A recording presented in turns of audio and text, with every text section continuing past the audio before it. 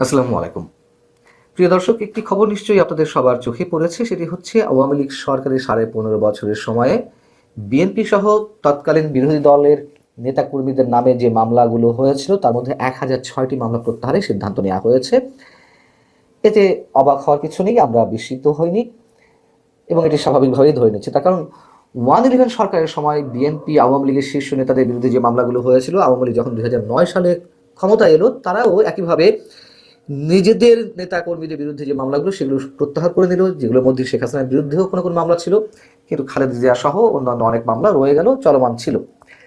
BNP এখন ক্ষমতায় এসেছে, এখন ঠিক সেই একই কাজ করবে। এই জন্যই বলছি যে আমরা অবাক হইনি, কিন্তু কিছু গুরুতর প্রশ্ন তো ওঠেই। এই যে 1006টি মামলা প্রত্যাহার করে নেওয়া হলো, আমি বিশ্বাস করি এর মধ্যে অধিকাংশই হয়রানিমূলক মামলা। কোনো কোনো মামলা অবশ্যই এগুলোর ভিত্তি ছিল, কিন্তু অধিকাংশই হয়রানিমূলক মামলা। আমরা জানি আওয়ামী লীগ সরকারের সময় অসংখ্য গায়েবী মামলা হয়েছে, নিশ্চয়ই সে ধরনের মামলা এগুলোর মধ্যে রয়েছে। প্রশ্ন সেটি হচ্ছে যে গত 18 মাসে ইউনূস সরকারের সময় যে মামলাগুলো হয়েছে আওয়ামী লীগ নেতা কর্মীদের বিরুদ্ধে, এগুলো সহ অসংখ্য সাধারণ মানুষের বিরুদ্ধে মামলা হয়েছে, সাংবাদিকদের বিরুদ্ধে মামলা হয়েছে, অর্থনীতিবিদদের বিরুদ্ধে মামলা হয়েছে, শিল্পী সাহিত্যিকদের বিরুদ্ধে মামলা হয়েছে। এবং যে মামলাগুলোর কথা বলছি আওয়ামী লীগ নেতাকর্মীদের বিরুদ্ধে, কিছু মামলা বা আমি বলবো কিছু মামলা বাদে আর সবই তো ফেক, আর সবই তো হয়রানিমূলক মামলা। সেগুলো প্রত্যাহার করা হবে না? যদি না করা হয়ে থাকে কেন করা হবে না? সেই জবাবটি তো তারেক রহমানকে দিতে হবে। আমাদের বর্তমান প্রধানমন্ত্রী তারেক রহমান দিন বদলের স্বপ্ন দেখাচ্ছেন আমাদেরকে। তিনি এর মধ্যে কিছু পদক্ষেপ নিয়েছেন যেগুলো অবশ্যই নন্দিত হয়েছে, মানুষের কাছে গ্রহণযোগ্য হয়েছে, এবং এই যে গ্রহণযোগ্যতা পেলেন তিনি, সেই জায়গা থেকে তারেক রহমানের প্রতি আমাদের আস্থা, বিশ্বাস এবং প্রত্যাশার জায়গা অনেক গুণ বেড়ে গেছে। বিগত 18 মাসে তো যা ইচ্ছা তাই হয়েছে, যা ইচ্ছা তাই হয়েছে। 2024-এর যে অভ্যুত্থান, সেই অভ্যুত্থানের আগে পরে যে মামলাগুলো হয়েছে তার কটি প্রকৃত আইন অনুযায়ী হয়েছে? এক একটি মামলায় মানে ওই সময় যারা নিহত হয়েছেন কিংবা আহত হয়েছেন এই সবকে কেন্দ্র করে শত শত মামলা হয়েছে। এই শত শত হাজার হাজার মামলায় লাখ লাখ মানুষকে জড়ানো হয়েছে, আসামি করা হয়েছে, হাজার হাজার মানুষকে জেলে ঢুকানো হয়েছে। যদি আমি বলি যে এই মুহূর্তে সাংবাদিক আনিস আলমগীর এখনো কারাগারে, তার বিরুদ্ধে অভিযোগ কি? তার বিরুদ্ধে যে মামলাটি হয়রানিমূলক নয়, এটি কি কেউ বিশ্বাস করেন এই বাংলাদেশে?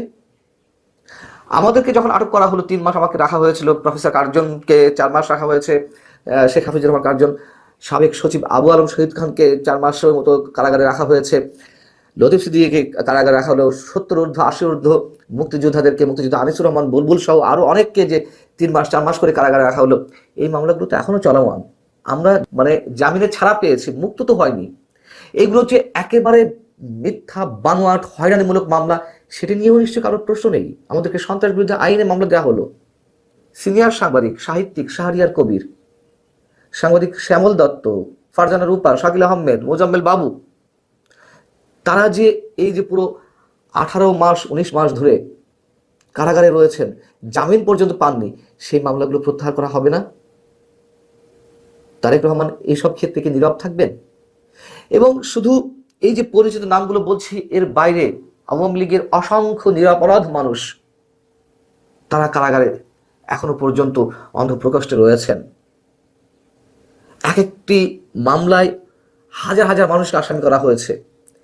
সব মানুষের তো নাম ঠিকানা সহ মামলায় আসামি করা হয়নি, এজাহারভুক্ত করা হয়নি, অজ্ঞাতনামাতে আসামি করা হয়েছে। সেই মামলায় তো গত কয়েকদিন আগে পর্যন্ত মানুষকে ধরা হয়েছে, সেই সব মামলায় জড়িয়ে দেওয়া হয়েছে।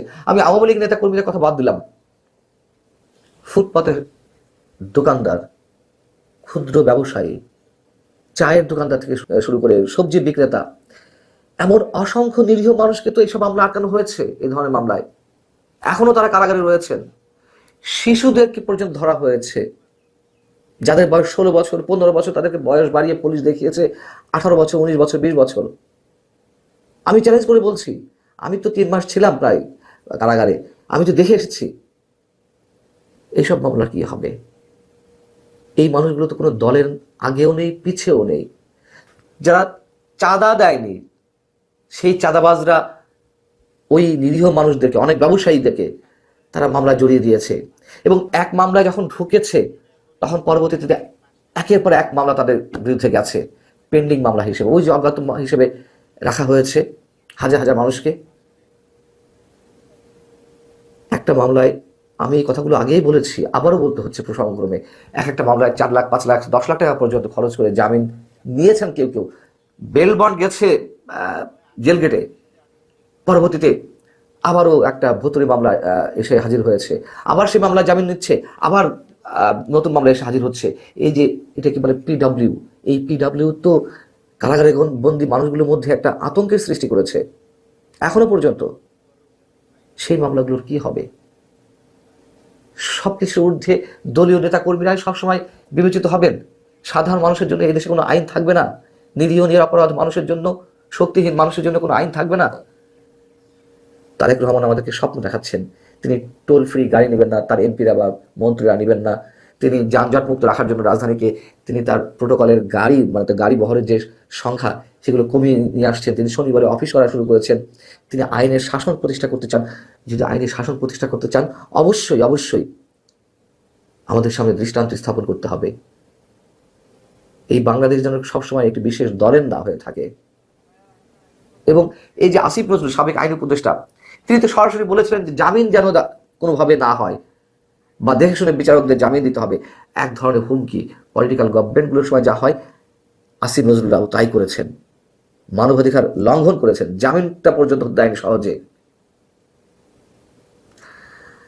এবং এই মামলায়, মানে যে মামলাগুলো প্রত্যাহার করা হচ্ছে, সেখানে আসামি ছিলেন কারা কারা, কোন কোন দলের? জামাতে ইসলামী, বিএনপি তো ছিলই, জামাতে ইসলামী, হেফাজতে ইসলামী, গণ অধিকার পরিষদ সহ বিভিন্ন রাজনৈতিক দলের নেতাকর্মীদের বিরুদ্ধে মামলা ছিল, সেগুলো থেকে তাদের অব্যাহতি দেওয়া হচ্ছে। খুব ভালো কথা, খুব ভালো কথা। এবং এই সুপারিশগুলো তো এই আইন উপদেষ্টাই করে গেছেন, এই যে সাবেক আইন উপদেষ্টা ডক্টর আসিফ নজরুল। আমি মনে করি, আমার দৃঢ় বিশ্বাস, এই আসিফ নজরুলকে জেলে যেতে হবে, আইনি প্রক্রিয়ার মাধ্যমে তাকে জেলে যেতে হবে। তাদের বিরুদ্ধে যে দুর্নীতি অভিযোগ উঠছে, মানবাধিকার লঙ্ঘনের অভিযোগ উঠছে, যেতে হবেই, এটি আমার দৃঢ় বিশ্বাস। তিনি যেভাবে মানুষের সঙ্গে বেইমানি করেছেন, নিরপরাধ মানুষকে জেলে ঢুকিয়েছেন, প্রকৃতি কাউকে ছাড় দেয় না। যে মামলাগুলো প্রত্যাহারের সিদ্ধান্ত হয়েছে, সেই মামলাগুলো যাচাই বাছাই করার জন্য 2টি কমিটি গঠন হয়েছিল এই ইউনিট সরকারের সময়। একটা জেলা প্রশাসকদের নেতৃত্বে জেলা কমিটি, আরেকটা হচ্ছে আইন মন্ত্রণালয়ের যিনি উপদেষ্টা ছিলেন আসিফ নজরুল, তার নেতৃত্বের কমিটি। তারা যে সুপারিশগুলো দিয়ে গেছে সেগুলো এখন প্রত্যাহার করা হবে। আবার অন্তর্বর্তী সরকারের সময়ও অনেক মামলা প্রত্যাহার করা হয়েছে বিএনপি নেতাকর্মীদের নামে, যেগুলো ছিল অন্যান্য দলের নেতাকর্মীদের নামে। এখন আবার নতুন করে এই 1006টি মামলা প্রত্যাহার করা হচ্ছে। আমরা দাবি জানাবো, 18 মাসে যে ভৌতিক অবস্থা সৃষ্টি হয়েছিল, মানুষের জীবনে যে নাভিশ্বাস উঠেছিল নানান পর্যায় থেকে, মব থেকে শুরু করে, আমাদের যেই মামলায় নেওয়া হলো সেদিন কি ঘটেছিল? মব সৃষ্টি করা হয়েছিল। তো আমি নিজে ফোন দিয়েছিলাম পুলিশকে, অথচ পুলিশ এসে আমাদেরকে আটক করে নিয়ে গিয়েছিল। এগুলো তো ওপেন সিক্রেট, পুরো বিশ্ব যারা বাংলাদেশ সম্পর্কে খোঁজখবর রাখেন তারা সবাই জানেন। সেই মামলাগুলো প্রত্যাহার হবে না।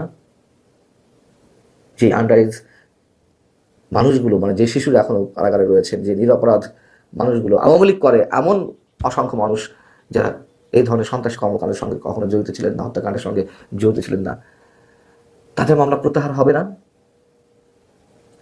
এই প্রশ্ন রেখেই শেষ করছি। ভালো থাকুন সবাই। আল্লাহ হাফিজ।